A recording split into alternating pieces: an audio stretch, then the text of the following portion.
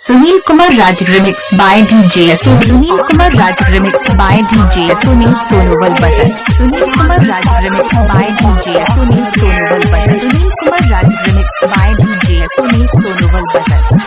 Sunil Kumar Raj remix by DJ Sunil Sonowal Basar. Pawan सरवा के छाती फाटता रे, पूजवा से शादी हमर काटता रे, अगुआ के साथे जाके घरे उपरा माई बाबू के काहे डांटता रे।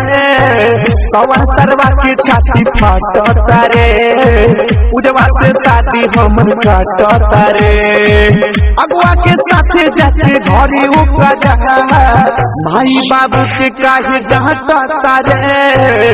पवन सरवा के छाती फाटता रे, पूजवा से शादी हमर काटता रे।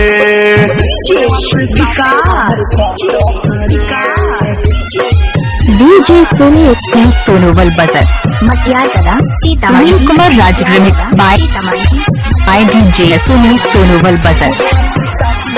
Sunil Kumar Raj remix by DJ Sunil Sonowal बसर। कितना जतन से माई बाबू के मनानी, भोला बाबा की पूजा गछ के शादी सेट करवानी।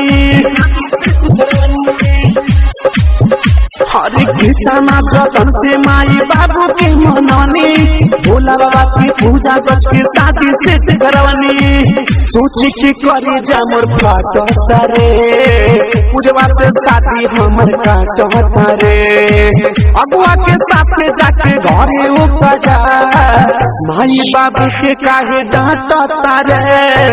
पवन सरवा के छाती फाटता रे, पूजवा से शादी हमर काटता रे। Sunil Kumar Raj remix by DJ Sunil Sonowal Basar. Sunil Kumar Raj remix DJ Sunil Sonowal Basar. Raj remix by DJ by DJ Sunil Sonowal Basar. रात में चाहे देखलो कर सूरज, हुनवा पे बतियाइला से मोर दिल नइखे भरत।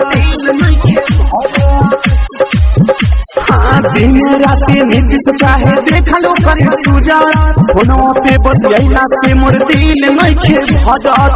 लागत अमित रंजित जांचता रे, पूजवा से शादी हमर काटता रे, अगुआ के साथे जाके घरे उपरा माई बाबू के काहे डांटता रे। पवन सरवा के छाती फाटता रे, पूजवा से शादी हमर काटता रे, अगुआ के साथे जाके घरे उपरा माई बाबू के काहे डांटता रे। पवन सरवा के छाती फाटता रे, पूजवा से शादी हमर काटता रे।